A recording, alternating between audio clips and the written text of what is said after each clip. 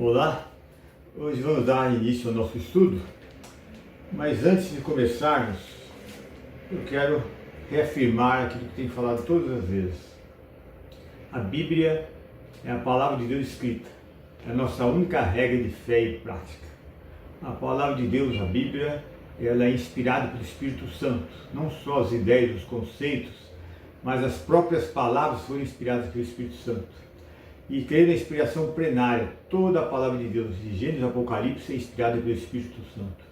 Ela é inerrante, embora não tenha sido escrita com uma linguagem científica, e não tem como propósito, objetivo ensinar história, ética, geografia, ciência, não há erros quando ela entra em detalhes que estão ligados com a ciência, com a história, com a geografia, com a ética, enfim, não há erros, inerrante. Ela é infalível, não nos conduz ao erro, porque ela é inerrante. Ela é suficiente para que um pecador que está afastado de Deus reconheça o seu pecado, receba o seu Jesus como Salvador pessoal para ser salvo. Ela é suficiente também para a nossa santificação, é o grande instrumento do Espírito Santo para a nossa santificação, para que cresçamos na graça e no conhecimento de Jesus. A palavra de Deus é eterna, é imutável, ela tem autoridade absoluta, ela tem autoridade objetiva, enfim, ela é digna de crédito. Outra coisa importante que eu quero frisar, levando em conta o estudo de hoje, os eventos narrados, que a palavra que Deus quis que estivesse na palavra de Deus, foram registrados, não são lendas nem mitos, realmente aconteceram no tempo e no espaço da história. Inclusive personagens que a crítica, que aquelas pessoas incrédulas duvidavam que existiram, a própria arqueologia tem colaborado para mostrar que a historicidade desses personagens que realmente aconteceram no tempo e no espaço da história. Vamos para o nosso texto. Vamos para a segunda carta de Paulo aos Coríntios. Segunda carta de Paulo aos Coríntios, capítulo 3. Capítulo 3, a partir do versículo 6. O qual nos capacitou para sermos ministros de uma nova aliança, não da letra, mas do Espírito, porque a letra mata, mas o Espírito vivifica. E se o ministério da morte, gravado com letras em pedra, se revestiu de glória, a ponto de os filhos de Israel não poderem fixar os olhos na face de Moisés, por causa da glória do seu rosto, ainda que fosse uma glória que estava desaparecendo, como não será de maior glória o ministério do Espírito? Porque se o ministério da condenação teve glória, em muito maior proporção será glorioso o ministério do Espírito, aliás, o ministério da justiça. Pois nesse particular, que era glorioso, já não tem mais glória diante da glória atual, que é muito maior. Porque se o que estava desaparecendo teve a sua glória, muito mais glória tem o que é permanente. Tendo, pois, tal esperança, agimos com muita ousadia, não somos como Moisés, que punha um véu sobre o rosto, para que os filhos de Israel não pudessem fixar os olhos no fim daquilo que estava desaparecendo. Mas a mente deles se endureceu, pois até o dia de hoje o mesmo véu permanece sobre a leitura da antiga aliança. Não foi tirada, pois só em Cristo ele é removido. Mas até hoje, quando Moisés é lido, o véu está posto sobre o coração deles. Quando, porém, alguém se converte ao Senhor, o véu é tirado. Ora, esse Senhor é o Espírito, e onde está o Espírito do Senhor, aí há liberdade. E todos nós, com o rosto descoberto, contemplando como por espelho a glória do Senhor, somos transformados de glória em glória, na sua própria imagem, como pelo Senhor, que é o Espírito. Uma passagem muito importante, ligada, entre outras coisas, à santificação. Versículo 6. O qual nos capacitou, que Deus, para seres ministros de uma nova aliança, não da letra, mas do Espírito, porque a letra mata, mas o Espírito vivifica. Esse versículo é muito interessante, porque, infelizmente, muitos fazem mau uso dele. O qual nos capacitou para sermos ministros da nova aliança. O que seria a nova aliança? Está relacionado com essa parte da dispensação da graça, do Evangelho, da graça de Deus, esse período da igreja. E aqui fala, o qual nos capacitou para sermos ministros de uma nova aliança, não da letra, mas do Espírito, porque a letra mata, mas o Espírito vivifica. Alguns acham, interpretando de maneira errada, que aqui quer dizer o seguinte, que você não deve ler a palavra de Deus, porque a letra mata e o Espírito vivifica, então você não deve estudar a Bíblia, não deve se aprofundar, porque não é nada disso. Quando fala não da letra, mas do Espírito, o Espírito Santo, né? Porque a letra mata, o que seria a letra? Que se refere à antiga aliança, à dispensação da lei, se refere também ao período da lei de Moisés. E que letra que é essa que mata? Aqui se refere aos 10 mandamentos, que estavam nas tábuas da lei. Mas o Espírito vivifica. A letra mata por quê? Porque o propósito da lei não era salvar ninguém, nem santificar ninguém. O propósito da lei era o quê? Revelar o pecado e condenar o pecador. A lei não fornecia poder, capacitação para a pessoa obedecê-la. Por isso que as pessoas transgrediam e ainda transgridem a lei, né? Por isso que fala, não da letra, mas do Espírito, porque a letra mata, mas o Espírito vivifica. Por quê? Porque o Espírito Santo, nessa dispensação da graça, na nova aliança, ele comunica a vida espiritual, aqueles que recebem Jesus como Salvador. Esse é o ministério da morte. Qual é o ministério da morte? Antiga aliança, dispensação da lei, época da lei de Moisés. Se o ministério da morte gravado com letras em pedra, está vendo? Aqui se refere especificamente, nesse caso, aos 10 mandamentos que Deus deu, que Moisés recebeu, né? Se o ministério da morte, gravado com letras em pedra, se vestiu de glória, teve a sua glória. Desde o tabernáculo, aquele culto, aquelas cerimônias todas e outras coisas que nós vamos verificar aqui, teve a sua glória. Se o ministério da morte, gravado em pedra, em letras de pedra, se vestiu de glória, a ponto de os filhos de Israel não poderem fixar os olhos na face de Moisés, por causa da glória do seu rosto, ainda que fosse uma glória que estava desaparecendo, como não será de maior glória o ministério do Espírito?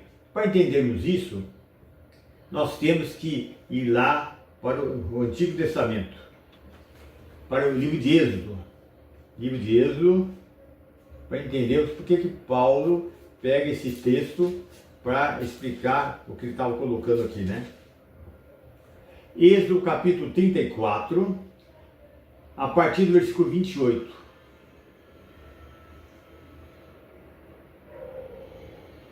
Vamos ler o versículo 27. Bom, ele esteve lá com o Senhor, e Deus ia dar as tábuas da lei para ele, né? O Senhor disse ainda a Moisés, versículo 27, escreva essas palavras, porque segundo o teor dessas palavras, fiz aliança com você e com Israel. E Moisés esteve ali com o Senhor 40 dias e 40 noites. Imagina que experiência, hein? Não comeu pão nem bebeu água. E escreveu nas tábuas as palavras da aliança, as 10 palavras, os 10 mandamentos, né? Versículo 29, para entender porque Paulo usa essa passagem para aplicar lá para os crentes da igreja. Versículo 29, quando Moisés desceu do monte, porque ele ficou 40 dias e 40 noites, em comunhão, em intimidade com Deus. Interessante que só a ele foi dada essa autorização, esse privilégio de ter comunhão com Deus, né? De ver a glória de Deus. Quando Moisés desceu do monte Sinai, tendo nas mãos as 2 tábuas do testemunho, sim, quando desceu do monte, Moisés não sabia que a pele do seu rosto resplandecia depois de Deus ter falado com ele. Quer dizer, esse contato dos 40 dias, 40 noites, e em contato com a glória de Deus, o rosto dele refletia a glória de Deus. E ele não sabia. Moisés não sabia que a pele do seu rosto resplandecia. Então ele foi descendo para comunicar com o povo lá o que Deus falou para ele falar, né? Quando Arão, versículo 30, e todos os filhos de Israel olharam para Moisés, eis que a pele do seu rosto resplandecia, e ficaram com medo de chegar perto dele. quando eles viram aquele resplendor no rosto dele, ele estava refletindo a glória de Deus, eles não suportaram tal resplendor, né? Eles não queriam nem chegar perto de medo. Versículo 31. Então Moisés chamou o povo, né? E Arão a todos os chefes da congregação foram até ele. E Moisés lhes falou. Depois vieram também todos os filhos de Israel, aos quais Moisés ordenou tudo que o Senhor lhe havia falado no Monte Sinai. Quando Moisés acabou de falar com eles, pôs um véu sobre o rosto. Porém, quando Moisés vinha diante do Senhor para falar-lhe, removia o véu até sair. E saindo dizia aos filhos de Israel tudo que lhes tinha sido ordenado. Então é assim. Aí, quando ele acabou de dar a mensagem de Deus para o povo, ele colocou um véu. O texto aqui não dá detalhes por quê. E todas as vezes que ele ia falar com o Senhor, ele tirava o véu, a glória do Senhor era refletida no rosto, na face dele, no rosto dele.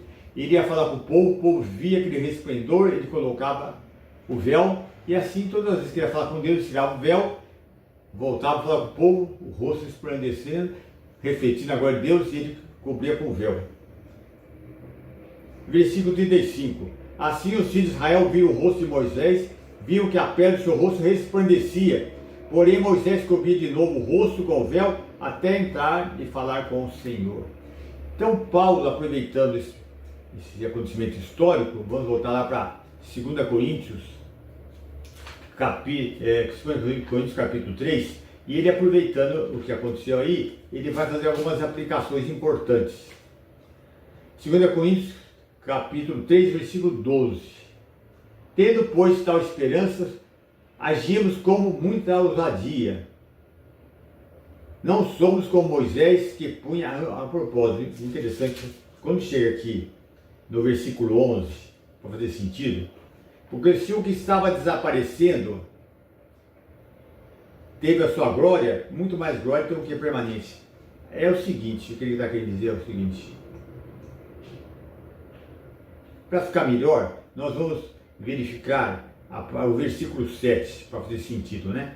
Versículo 7 fala: E se o mistério da morte gravado com letras em pedra se revestiu de glória, a ponto dos filhos de Israel não poderem fixar os olhos na face de Moisés, nós vimos lá no capítulo 34 que eles não aguentaram aquele esplendor, né? Por causa da glória do seu rosto, ainda que fosse uma glória que estava desaparecendo, tá vendo? Isso o texto aí não entra em detalhes. O que está querendo dizer aqui?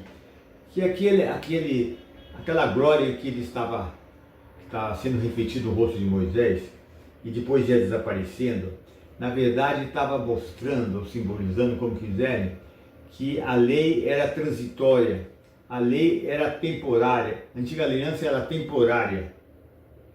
Como não será de maior glória o ministério do Espírito? Por quê? Porque o ministério do Espírito, a dispensação da graça, a nova aliança, ela, operada pelo Espírito, ela é permanente, é eterna. Versículo 9. Não é temporária, permanente. E a antiga aliança era passageira, temporária, transitória. A nova aliança não. Versículo 9. Porque se o ministério da condenação, por que ministério da condenação? Porque a lei, ela revelava o pecado do homem e o condenava. E não o capacitava a obedecê-la, e o homem estava na situação difícil. Diante de Deus. Porque se o ministério da condenação teve glória, e muito maior proporção será glorioso o ministério da justiça. Entre outras coisas, o ministério da época de Moisés, lá, o ministério da antiga aliança, teve uma certa glória. Entre outras coisas, o próprio resplendor no rosto de Moisés, que estava refletindo a glória de Deus, teve a sua glória. Aí falando em muito maior proporção, final do versículo 9, será glorioso o ministério de justiça. Por quê? Porque a antiga aliança, a lei, a dispensação da lei, era o ministério de morte, que o homem não conseguia obedecer os mandamentos, como até hoje não consegue. Mas aí fazendo um contraste, final do versículo 9, em muito maior proporção será glorioso o ministério da justiça. Quer dizer, a nova aliança, a dispensação da graça é muito mais glorioso. Por quê? Porque aquele que recebe o Senhor Jesus como Salvador é justificado pela fé. declarado justo diante de Deus. Sua culpa é removida, pecados perdoados, e por isso será muito mais glorioso. Versículo 10. Pois nesse particular, que era glorioso, já não tem mais glória. Significa o quê? Que a antiga aliança, a lei de Moisés, a dispensação da lei, se desvaneceu, já não tem o quê? Não tem mais a glória.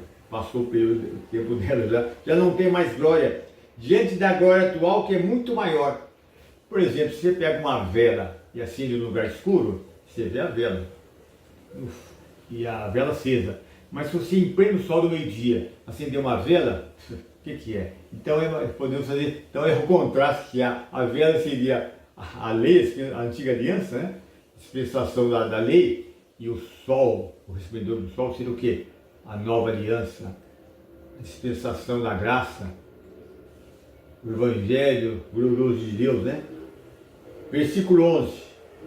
Porque se o que estava desaparecendo, antiga aliança, dispensação da lei, a lei de Moisés, porque se o que estava desaparecendo, desvanecendo, temporário, transitório, teve a sua glória, realmente teve a sua glória, muito maior glória tem o que é permanente, porque a dispensação da graça, a nova aliança, o evangelho da graça de Deus, a operação do Espírito para transformar vidas é permanente, isso é permanente. Esse é o grande contraste, então nós vemos um contraste, né, entre a antiga aliança e a nova aliança.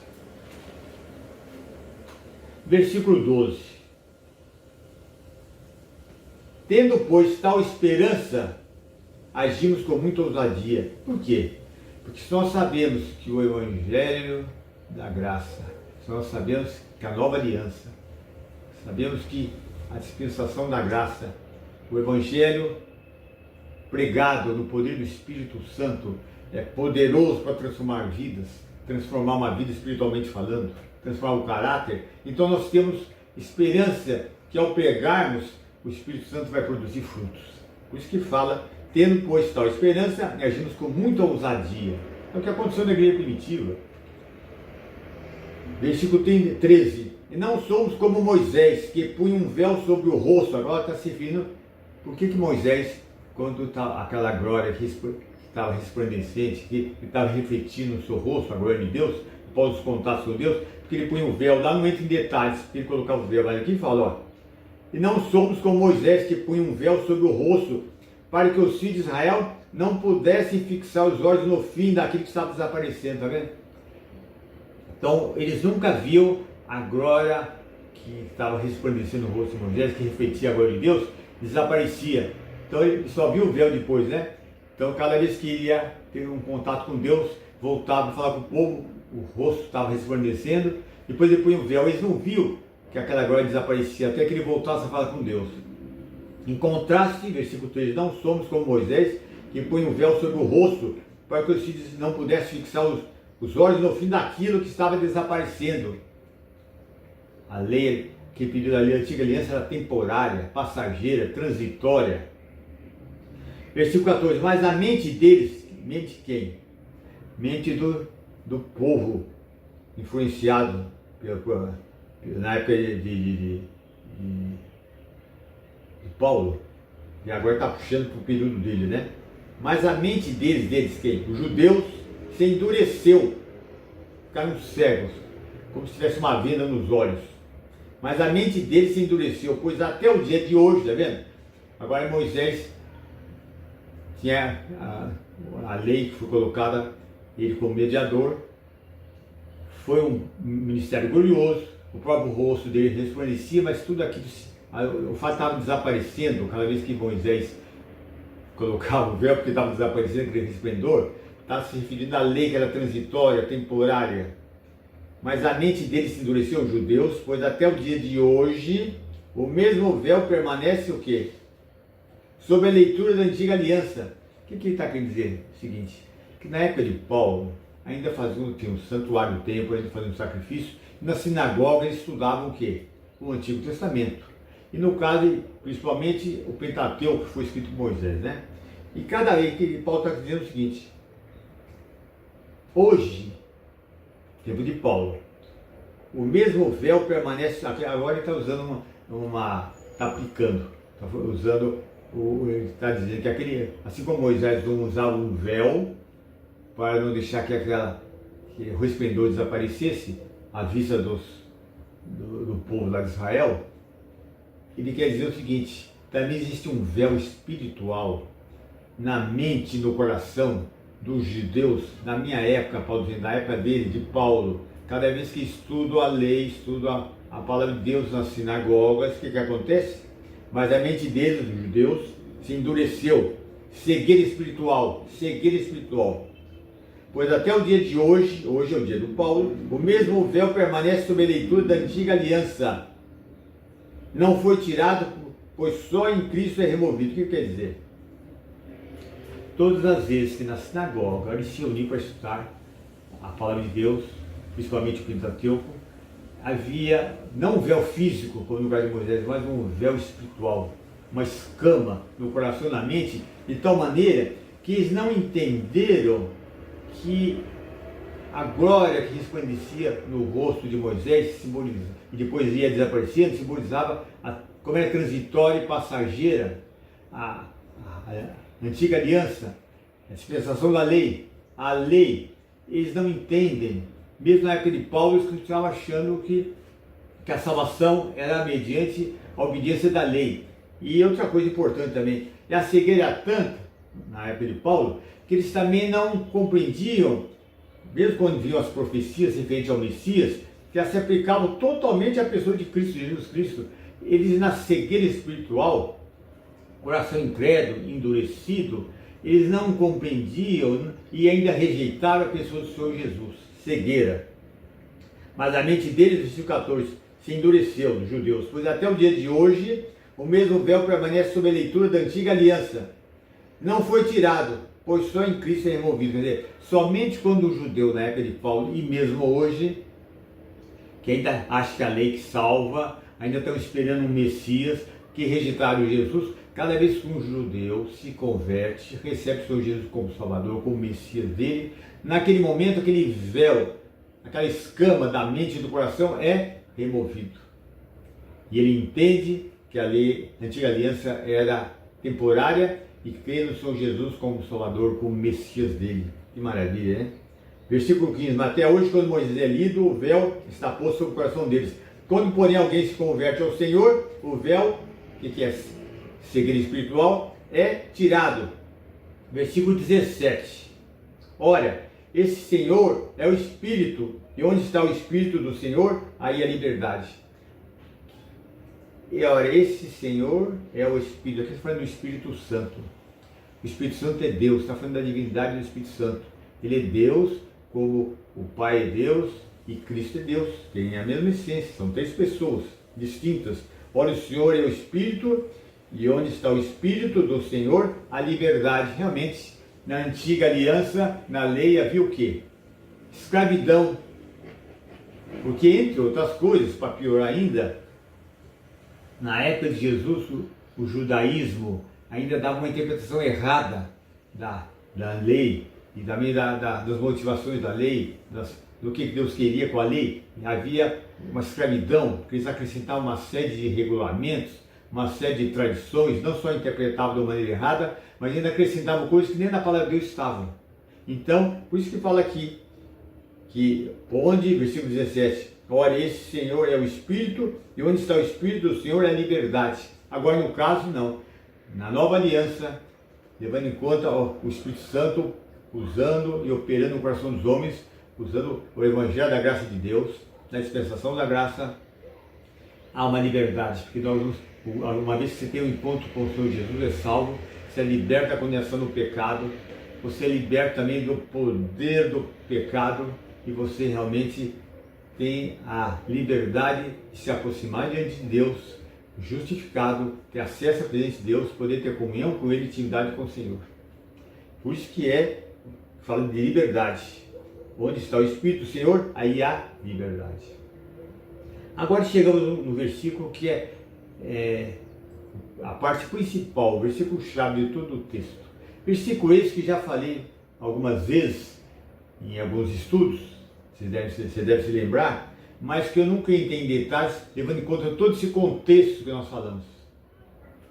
Diz aqui no versículo 18: e todos nós, com o rosto descoberto, está fazendo um contraste, tá? Lá com a época de Moisés, né? E todos nós, com o rosto descoberto, contemplando a glória do Senhor, somos transformados de glória em glória, na sua própria imagem, como pelo Senhor, que é o Espírito. Agora, levando em conta tudo que nós falamos, o que esse versículo quer dizer? Você sabe que, infelizmente, muitas pessoas passam batido nesse versículo e nunca se apropriaram da importância dele para a vida de santidade, uma vida de santificação. E todos nós quem? Veja que interessante, só Moisés teve o privilégio e a autorização de Deus para ter contato com ele, ter comunhão com ele e poder contemplar a glória do Senhor. O povo não. Agora, todos que fazem parte da dispensação da graça, todos nós fazemos parte da igreja, todos nós estamos relacionados com a nova aliança, todos nós temos acesso, por termos sido justificados, salvos.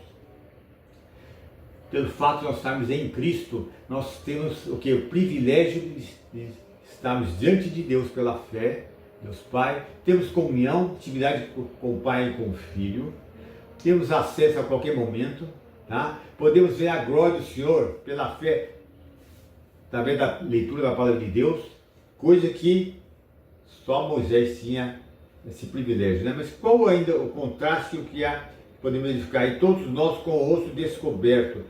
Todas as vezes que Moisés ia falar com Deus, desde a primeira vez, ele tirava o véu, via a glória de Deus, tinha comunhão com Deus, e ia lá falar com o povo, depois que ele punha o véu.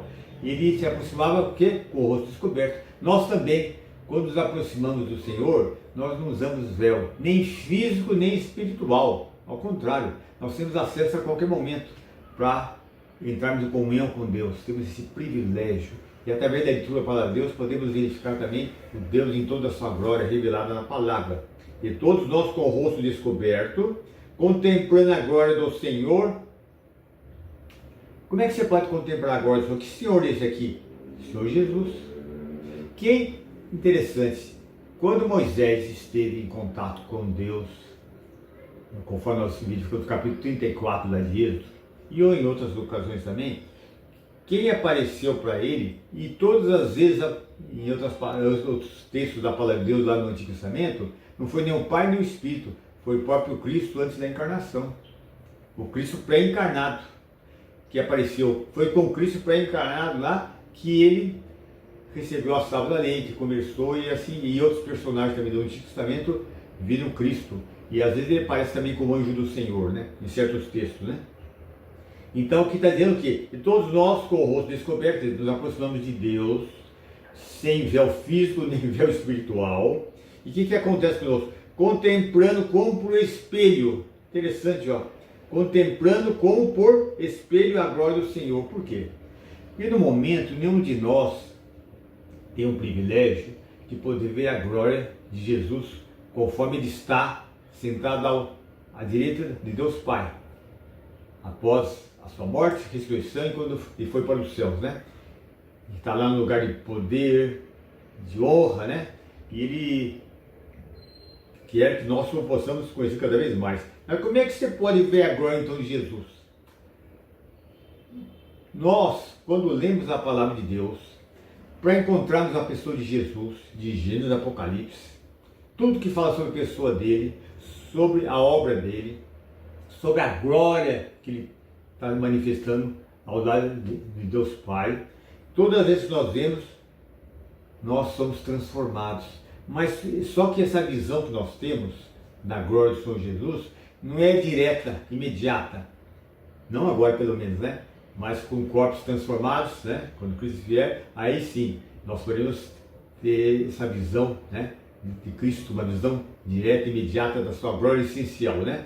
Mas aqui fala como contemplando como por espelho a glória do Senhor. Quer dizer, a glória do Senhor Jesus é refletida no espelho da palavra. A palavra de Deus, ela é simbolizada como por um espelho que reflete Nós vamos edificar, abrir lá em Tiago, capítulo 1, nós vamos edificar isso.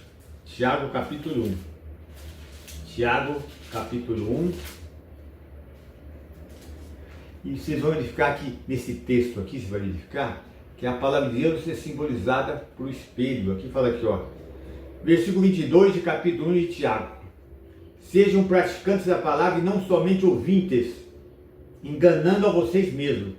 Porque se alguém é ouvinte da palavra, quer dizer, só ouve, mas não pratica, e não praticante, assemelhe-se àquele que contempla o seu rosto natural no espelho, tá vendo? Pois contempla a si mesmo e se retira e logo se esquece qual é a sua aparência.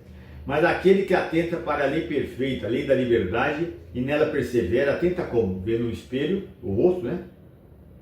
Nela persevera, não sendo ouvinte, que logo se esquece, mas operoso praticante, esse será bem-aventurado no que realizar, né? Aqui não vou entrar em detalhes aqui do significado do texto, mas você vê que a palavra de Deus é simbolizada pelo espelho, né? O espelho é um símbolo. Então, voltando para o nosso texto lá de 2 Coríntios, capítulo 3, versículo 18. E todos nós com o rosto descoberto, contemplando como por espelho a glória do Senhor. Quer dizer, no espelho, na palavra de Deus, ela reflete indiretamente, está refletido, né? Não uma visão direta da glória de Cristo, reflete a glória do Senhor no espelho da palavra. Quer dizer, a palavra de Jesus, Apocalipse, revela a pessoa de Jesus. O tema máximo, o centro da Bíblia é Cristo. Então, cada vez que nós nos aproximamos desse livro, para conhecer mais o Senhor Jesus, para ler tudo o que fala sobre ele e sua obra, para buscarmos ter comunhão com Cristo em toda a sua glória, conforme está agora, né? A dizer de Deus Pai, mas ao mesmo tempo, não apenas vendo e adquirindo informações, mas com uma atitude de adoração, com um coração adorador. Cada vez que nós vemos Cristo revelado aqui, o Espírito Santo vai nos iluminando, no seu ministério de iluminação, vai nos dando um entendimento do texto. Cada vez que nós vemos a Cristo com um coração adorador, em espírito e verdade, nós vamos sendo transformados, nosso caráter vai sendo transformado. Que maravilha, né?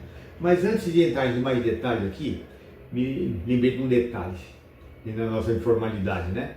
É o seguinte, infelizmente, mesmo no século XXI, existem igrejas que se dizem cristãs, e pode ter pessoas que são realmente crentes lá no meio, que são profundamente legalistas. Os pregadores ficam muito preocupados, se especializam em regulamentos, em regras, em listas de faça ou não faça, faça aquilo ou não faça aquilo. E de tal maneira que essas pessoas acham que a salvação é pela obediência, não só pela fé, mas pela obediência a essas regras humanas. Ou a pessoa santificada, desde que na força de vontade ela queira obedecer essas regras, além do que está na palavra de Deus. Isso é terrível, isso está debaixo da lei. Não, nós somos debaixo da graça. Nós realmente, a transformação de um caráter não é a lei que vai fazer. A lei só condenava, nunca deu poder para ninguém se salvar, nem para se santificar. E ninguém é santificado pelo fato de seguir os 10 mandamentos, ou seguir mesmo certos mandamentos do Novo Testamento, na energia da carne. Não. Somente o Espírito Santo tem poder para produzir o quê?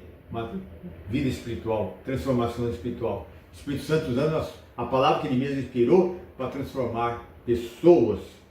E versículo 18, e todos nós com o rosto descoberto, contemplando a glória do Senhor, que Senhor Jesus, somos transformados a uma metamorfose. No caso de Moisés, ele refletia o quê? Externamente no rosto dele, a glória de Deus. Agora, no nosso caso, é diferente. Ela é irradiada de dentro para fora. O que significa isso? O Moisés, ele teve que acesso à comunhão com Deus, né? Embora, podemos dizer o seguinte, que Moisés, embora ele tivesse uma proximidade de Deus, um privilégio, uma intimidade que ninguém teve na época dele ali, ter esse acesso contemporâneo agora de Deus, a gente ficou 40 dias, 40 noites, nós estamos mais próximos do Senhor do que o próprio Moisés. Por quê? Porque o próprio Espírito Santo habita no interior do crente. Vê que coisa. A maior proximidade que se pode, quer dizer, Deus, por mais que Moisés tivesse essa proximidade de conversar, o privilégio que nós temos hoje na nova aliança, vamos assim dizer, né? Porque o Espírito Santo vive em nós é muito maior. Agora, uma coisa importante. Por que esse versículo que eu estou frisando todas as vezes que eu posso estar frisando, que é um versículo chave, por que ele é importante? Porque ele está relacionado com a santificação prática. Como é que alguém pode cada vez ser mais parecido com Jesus? Qual o propósito, o alvo da vida cristã? Semelhança com Cristo. Qual é o segredo da santificação prática? O segredo para que a pessoa seja cada vez mais parecida com Jesus? Olhar no espelho da palavra de Gênesis e Apocalipse, buscando a pessoa de Jesus para ter comunhão com ele, com um coração adorador, olhar, contemplar a pessoa de Jesus, tá? Isso implica em ler de Gênesis e Apocalipse, né? E cada vez que nós fazemos isso, ainda que não percebamos, o Espírito Santo vai transformando o nosso caráter de dentro para fora. Qual a diferença? Que Moisés, ele refletiu o quê? Em seu rosto, o reflexo da glória de Deus, que depois desvanecia. Mas aquele que anda com Deus, está cheio do Espírito Santo, que constantemente está procurando Jesus na palavra, está adorando o Senhor Jesus, tem intimidade com o Senhor Jesus, a glória do Senhor, no sentido de caráter, a vida de Cristo se manifesta no crente. E não é uma coisa, né, como no caso de Moisés, que ele ia desvanecendo, né, desaparecendo e precisava pôr o véu.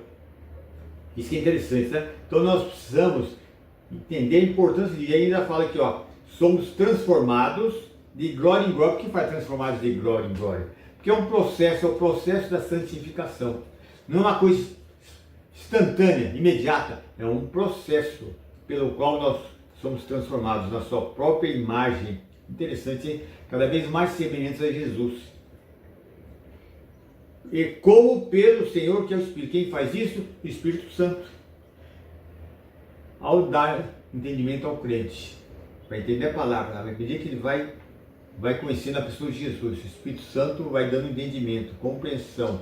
À medida que se vai conhecendo cada vez mais, vai crescendo na graça e no conhecimento de Jesus, adorando Jesus, tendo comunhão com Jesus. O que acontece? Aos poucos, mesmo que você não perceba, as pessoas percebem, crentes ou incrédulos, o caráter de Jesus manifestado na tua vida. Que maravilha, hein? Que maravilha. E se a pessoa realmente continuar esse processo, vai chegar um ponto que ele vai estar cada vez mais parecido com o Senhor Jesus. Então o segredo, qual o segredo da vida cristã? Ocupar-se com Cristo. Ocupar-se com Cristo está na frente do serviço, da obra. Por isso que eu já frisei algumas vezes. Primeiro o adorador, depois o servo. Primeiro a adoração, depois o serviço. Você não pode inverter. Não importa o tipo de ministério que você tenha, ou quantos ministérios você tem para atuar no contexto da igreja, dos irmãos reunidos. Adoração individual e também com os irmãos, quando estão reunidos aos domingos, é essencial. Adoração. Ocupar-se com Cristo. Quanto mais nós ocupamos com Cristo, não é só ocupar-se com Cristo, lendo a palavra, buscando por Ele, não. Mas adorando. Permanecer na presença de Cristo sem pressa. Tem aqueles que vão lá, lê um texto, faz uma oração. Não. Estar na presença de Cristo, adorando, sem pressa. Permanecer na presença de Cristo. Esse permanecer é a chave. Não é uma coisa corrida. Isso que nos transforma na semelhança de Jesus. Esse permanecer. A santificação, então, conforme nós verificamos, prática é o resultado de olharmos e contemplarmos Cristo no espelho da palavra, que a glória dele é refletida, a santidade dele, a glória dele é refletida no espelho da palavra, e o Espírito Santo vai operando o que? Transformação. E isso é vital. Mas, infelizmente, se você não lê a palavra de Deus, não buscar Cristo na palavra, não está adorando o Senhor, não tem intimidade com o Senhor, o que acontece? Se tiver pecado na vida, não confessado, andar com uma certa carnalidade, vamos assim dizer, né? O que acontece? Você deixa de refletir através do seu caráter, o caráter de Cristo, a vida de Cristo, e você acaba colocando um véu espiritual. Por que se fez? Porque cada vez que o crente não está cheio do Espírito Santo, quando o crente não está andando de acordo com a vontade de Deus, quando ele não está adorando o Senhor Jesus, quando ele não está em intimidade com Deus, quando ele está fora da palavra de Deus, é como se estivesse com um véu na frente, de tal maneira que crentes e incrédulos não podem ver Jesus na vida dele. Então nós precisamos evitar, assim dizer, né, que exista um véu de carnalidade, de pecado, que impeça de crentes e incrédulos, que impeça que eles possam ver o que? Jesus em nós. E essa glória do Senhor Jesus que irradia de dentro para fora do crente, que o Espírito Santo operando, de tal maneira que o caráter de Cristo é manifestado. Mas se você está em pecado, se você não dá um bom testemunho, o que acontece? É como se você tivesse como um véu impedindo que as pessoas vejam a manifestação de Cristo na tua vida, o caráter de Cristo na sua vida, manifestação por causa de uma vida de carnalidade. Então nós precisamos evitar que exista um véu sobre o nosso rosto, espiritualmente falando, né, que possa impedir as pessoas verem. Agora eu pergunto para você, como é que está a sua experiência? Você teve um encontro com Cristo como seu Salvador há quanto tempo? 1 mês, 2 meses, 6 meses, 1 ano, 2, 3, 4, 10 anos, 20 anos, 30 anos, 40 anos, 50 anos, 60 anos. Há quanto tempo que você teve um encontro com Jesus como seu Salvador? Você tem crescido nesse período todo em santificação? Tem crescido na graça e no conhecimento de Jesus? Você cada vez mais se adora o Senhor Jesus? Você tem fome da palavra? Fome de ter encontro com o Senhor Jesus? Intimidade com Jesus? Adorando o Senhor Jesus em espírito e verdade? E ao Pai? Como é que é a tua experiência nesse processo todo? Ou você tem tido uma vida que não agradavel ao Senhor, você não confessa pecados, acha que ler a palavra de Deus é uma coisa aborrecida, enfim, você não está dando um bom testemunho. Será que você está usando um véu que impede das pessoas que possam ver a glória de Jesus refletida no seu rosto, ou seja, um caráter semelhante a Jesus? Será que é? O desafio para você é o seguinte. Então outro detalhe que eu me lembrei também. Será que você frequenta uma igreja legalista que defende regulamentos, regras, listinhas, faça isso ou não faça aquilo, achando que a pessoa possa ser salva ou santificar através de obediência na energia da carne, querer obedecer na força de vontade? O desafio é esse. Você quer ser mais parecido com Jesus? Você quer realmente glorificar Deus? Você quer que a vida de Cristo se manifeste na sua vida? E vou falar aquilo que eu não canso de falar. Vida cristã é a vida de Cristo refletida no Filho de Deus pelo poder do Espírito Santo. Isso é uma realidade na tua vida? Você gostaria que fosse isso uma realidade na tua vida? Você gostaria que as pessoas vissem Jesus na tua vida? Você gostaria que a tua vida impactasse as pessoas? Você gostaria realmente de glorificar Deus? Você gostaria de desfrutar uma comunhão cada vez maior com o Senhor? Então, busque a Cristo na sua palavra, de Gênesis e Apocalipse. Ver, contemplar Cristo em toda a sua glória, conforme Ele está à direita de Deus Pai. Se eu gostaria, o desafio é esse. Se não tem uma ideia da palavra de Deus, comece a ler. O errado é você chegar e falar, bom, o que eu vou ler hoje? Abre e lê um versículo. Não, eu vou ler o livro de Provérbios, vou ler o livro de Salmos, só isso. Não. Toda a palavra de Deus, todo o conselho de Deus deve ser de Gênesis e Apocalipse. E quanto mais nós lemos a palavra de Deus, mais você vai conhecer a graça de Deus, mais você vai ansiar pela volta de Jesus. Eu já ando com o Senhor Jesus há 53 anos, tem tanta coisa que ainda preciso aprender. Estou começando a entender um pouquinho do que é a graça de Deus, depois de 53 anos, né, de leitura e estudo da palavra de Deus. Estou começando a entender um pouco o que é a graça de Deus. Agora, se você até então não tinha vontade de ler a palavra de Deus, ou não tem quem te explique, primeiramente peço ao Senhor que o Espírito Santo possa iluminá-lo para entender a palavra. Que você possa despertar você apetite por essa palavra. Que você possa realmente, inclusive, aprender com os mestres que o Senhor levantou. A igreja é dotada de pessoas que estão de mestres, né? Que pregam, que ensinam, Quer dizer, você não tem desculpas para não aprender a palavra de Deus. Eu digo uma coisa, com 53 anos de vida cristã, vale a pena investir no conhecimento da palavra de Deus. Vale a pena conhecer o Senhor Jesus. A vida passa a ter outro sentido, outro propósito. Até a maneira de você encarar as dificuldades, as provações, o que quer que venha. Porque Jesus prometeu estar conosco todos os dias, durante as 24 horas. O desafio é esse, então?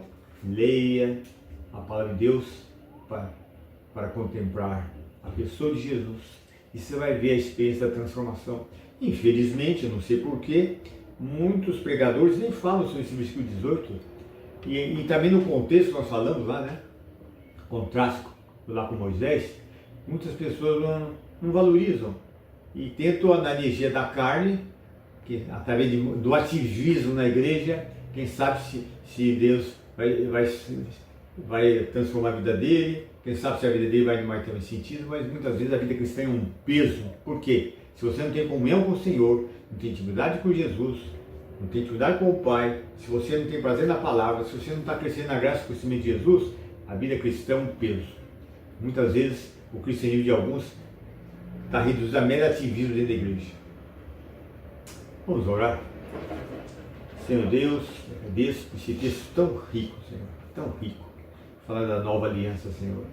Que privilégio nós temos, ter acesso à Tua presença a qualquer momento em Cristo Jesus. Porque o Senhor nos vê em Cristo, com Cristo, como Cristo. Em Cristo nós temos acesso a qualquer momento ao trono de graças. O Teu Espírito habita em nós. Quantos privilégios, tem uma palavra que revela Jesus, que nós possamos ter apetite para essa palavra, nós possamos cada vez mais conhecer Jesus revelado na palavra, que a glória dele, refletida no Espírito da palavra, possa fazer com que nós sejamos transformados de glória em glória, no processo de santificação, cada vez mais preciso com Jesus, de tal maneira que nosso rosto reflita o caráter de Cristo, que a vida de Cristo se manifesta em nós, pelo poder do Espírito Santo. É o que nós pedimos, te louvamos e agradecemos em nome do Senhor Jesus. Amém. Como o tema a respeito da nova aliança é muito rico, eu achei que seria interessante eu dar mais alguns detalhes sobre o assunto. Não foi o apóstolo Paulo que inventou a doutrina da nova aliança. A doutrina da nova aliança aparece em alguns textos do Antigo Testamento, e Paulo, certamente, como conhecedor, erudito do Antigo Testamento, né, ele sabia a respeito dessa doutrina. Vamos abrir em Jeremias capítulo 31. Jeremias 31, versículo 31. Profeta Jeremias, capítulo 31, versículo 31. Eis aí vem dias, diz o Senhor, em que firmarei nova aliança com a casa de Israel e com a casa de Judá. Quando ele falou com a casa de Israel, seria o reino do norte, e com a casa de Judá, o reino do sul. Em outras palavras, essa aliança seria feita com todo o povo de Israel, né? Aliança em relação ao futuro. Não segundo a aliança que fiz com os seus pais no dia em que os tomei pela mão para os tirar da terra do Egito, pois eles quebraram a minha aliança, apesar de eu ter sido esposo, diz o Senhor. O que se refere àquele pacto feito ali na época de Moisés, a lei de Moisés, que era uma aliança, um pacto condicional. Bênçãos dependiam da obediência. Porque esta é a aliança que farei com a casa de Israel, coisa futura. Depois daqueles dias, diz o Senhor, na mente lhes imprimirei as minhas leis, também no seu coração as escreverei. E eu serei o Deus deles e eles serão o meu povo. Interessante, ó. Na mente lhes imprimirei as minhas leis e também no coração. Aí o contraste, a lei de Moisés, a lei está o quê? Estava nas tábuas da lei, né? Os 10 mandamentos estavam ali nas tábuas da lei. Era uma coisa exterior, além de outros detalhes da lei também, além dos 10 mandamentos, né? Mas no caso aqui, os princípios básicos da lei, na mente lhes imprimirei as minhas leis, também no seu coração as escreverei. Quer dizer, Deus iria internalizar, escrever na mente do coração da pessoa. Então não era uma coisa externa para ser obedecida, mas esse padrão do Senhor seria, olha lá, eles imprimirei as minhas leis também no seu coração e na mente, uma coisa internalizada. Continuando, eu serei o Deus deles e eles serão o meu povo. Não ensinará jamais cada um ao seu próximo, nem cada um ao seu irmão, dizendo, conheço o Senhor, porque todos me conhecerão, futuro, desde o menor até o maior. Deles diz o Senhor, pois perdoarei as suas iniquidades e os seus pecados jamais me lembrarei. Quer dizer, veja o aspecto espiritual, né, da nova aliança. Agora nós vamos abrir em Ezequiel capítulo 36, versículo 24. Ezequiel 36, 24. Ezequiel 36, 24. Aqui dá mais detalhes para completar o que está lá em Jeremias, né? Eu os tirarei do meio das nações, se refere aos judeus, né? Eu os congregarei de todos os países, eu os trarei de volta para a sua própria terra. Isso é uma coisa futura. Deus chamando todos os judeus de todos os lugares. Versículo 25 de Ezequiel, capítulo 36. Então aspergirei água pura sobre vocês, e vocês serão purificados. Eu os purificarei de todas as suas impurezas e de todos os seus ídolos. Veja que transformação que haveria espiritual, né? Eles darei um coração novo e porei dentro de vocês um espírito novo. Então aqui fala de regeneração, nascimento do alto, salvação. Tirarei de vocês o coração de pedra, lhes darei um coração de carne. E outra bênção aqui também, ó. Porei dentro de vocês o meu Espírito Santo. Tá vendo? Porei dentro de vocês o meu Espírito e farei com que andem nos meus estatutos, guardem e observem o juízo.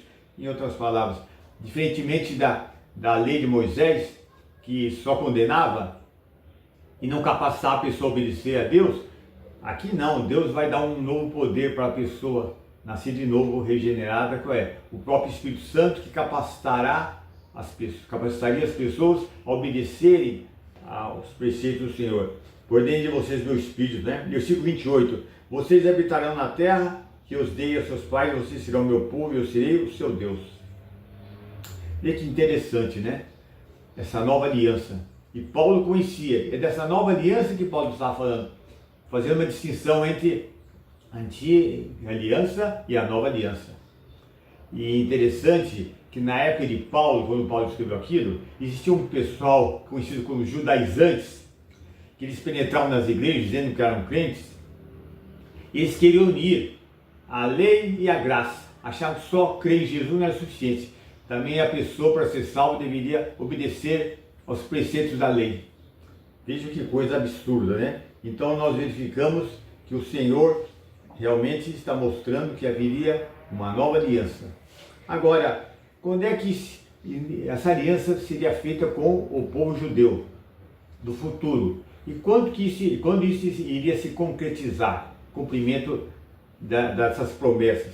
Vamos abrir Zacarias capítulo 12, a partir do versículo 10. Zacarias capítulo 12, a partir do versículo 10.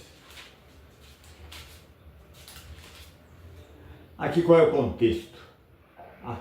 Tem um período, depois que a igreja é arrebatada, vem um período da chamada Grande Tribulação, que judeus e gentios crentes serão perseguidos. Haverá salvação individual de muitos judeus, tudo, né? Também está lá também os 144 mil judeus que vão pregar a palavra, haverá conversões e tal, né? E na Batalha do Armagedon, quando os judeus estão sitiados e os exércitos do anticristo estão querendo acabar com os judeus lá, é que Jesus volta.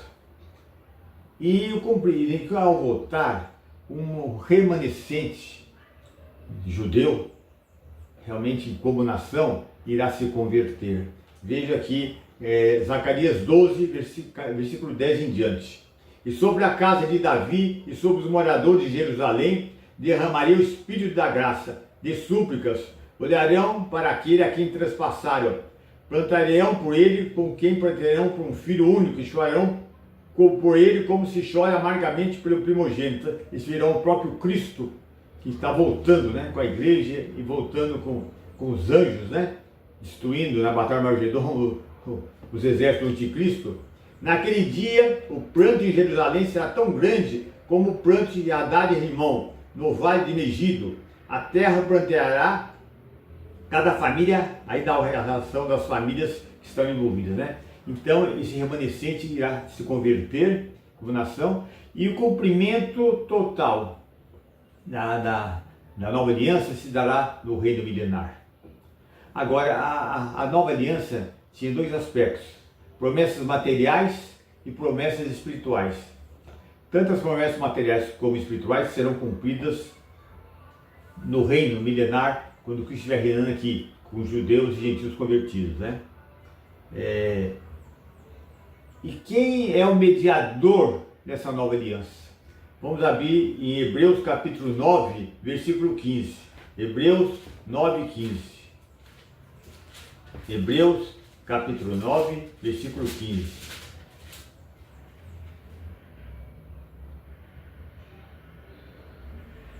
Por isso mesmo, ele é o mediador, ele quem? Cristo. Por isso, ele, o mediador da nova aliança, a fim de que os que foram chamados recebam a promessa da herança eterna, visto que houve uma morte para a remissão das transgressões que foram cometidas sobre a primeira aliança, ou seja, na época de Moisés, né? Então, Cristo é o mediador da nova aliança.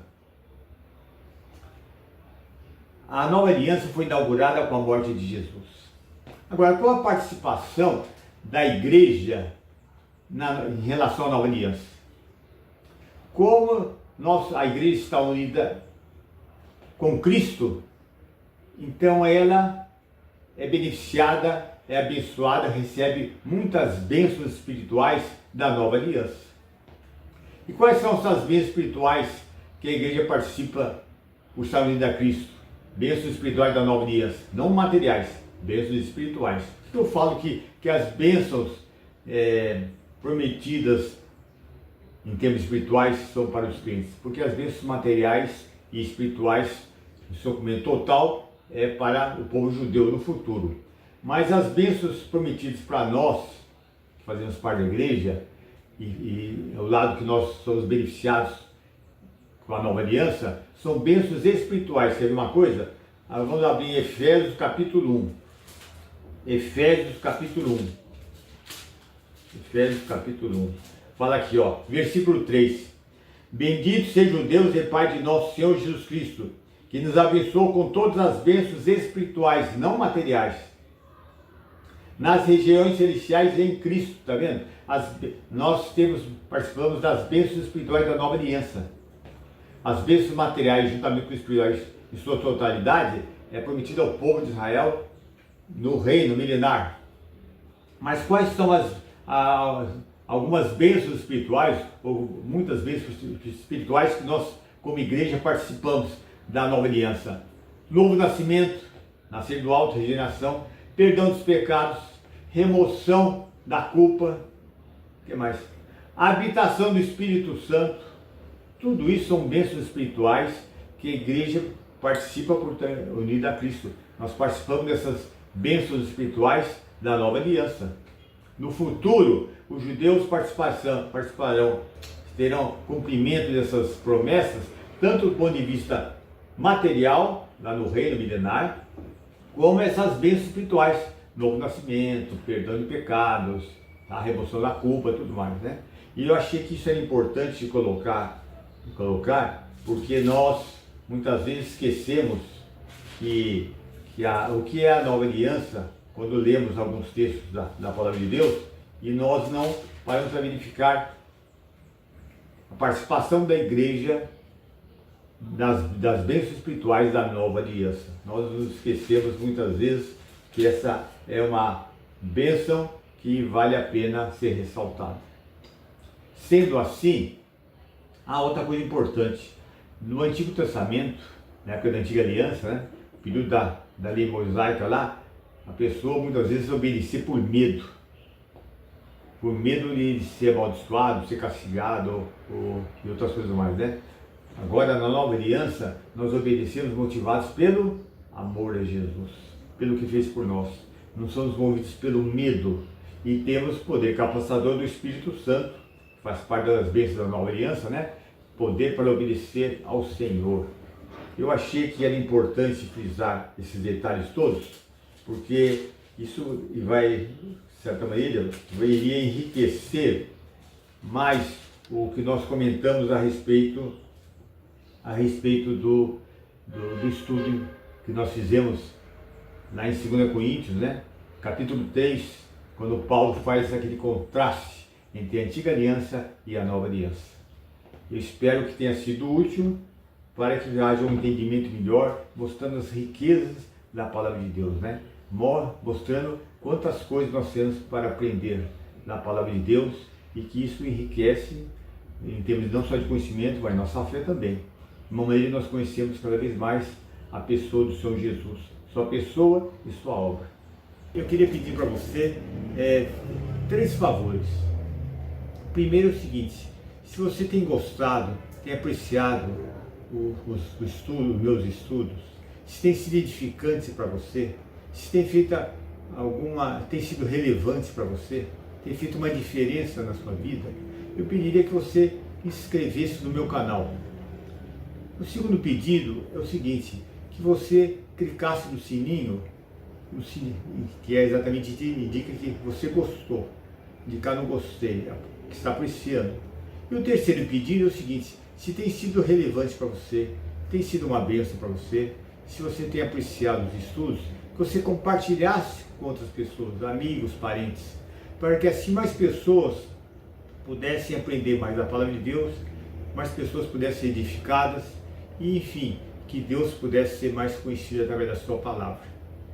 E eu agradeço o fato de você estar me assistindo e que Deus possa me usar cada vez mais para que Deus alcance mais pessoas. O propósito desse canal é ser fiel à palavra de Deus e glorificar o Senhor Jesus. Eu agradeço e peço que você também ore por esses meus estudos, para que cada vez mais o Espírito Santo me capacite para expor com fidelidade a palavra de Deus. Tá ok?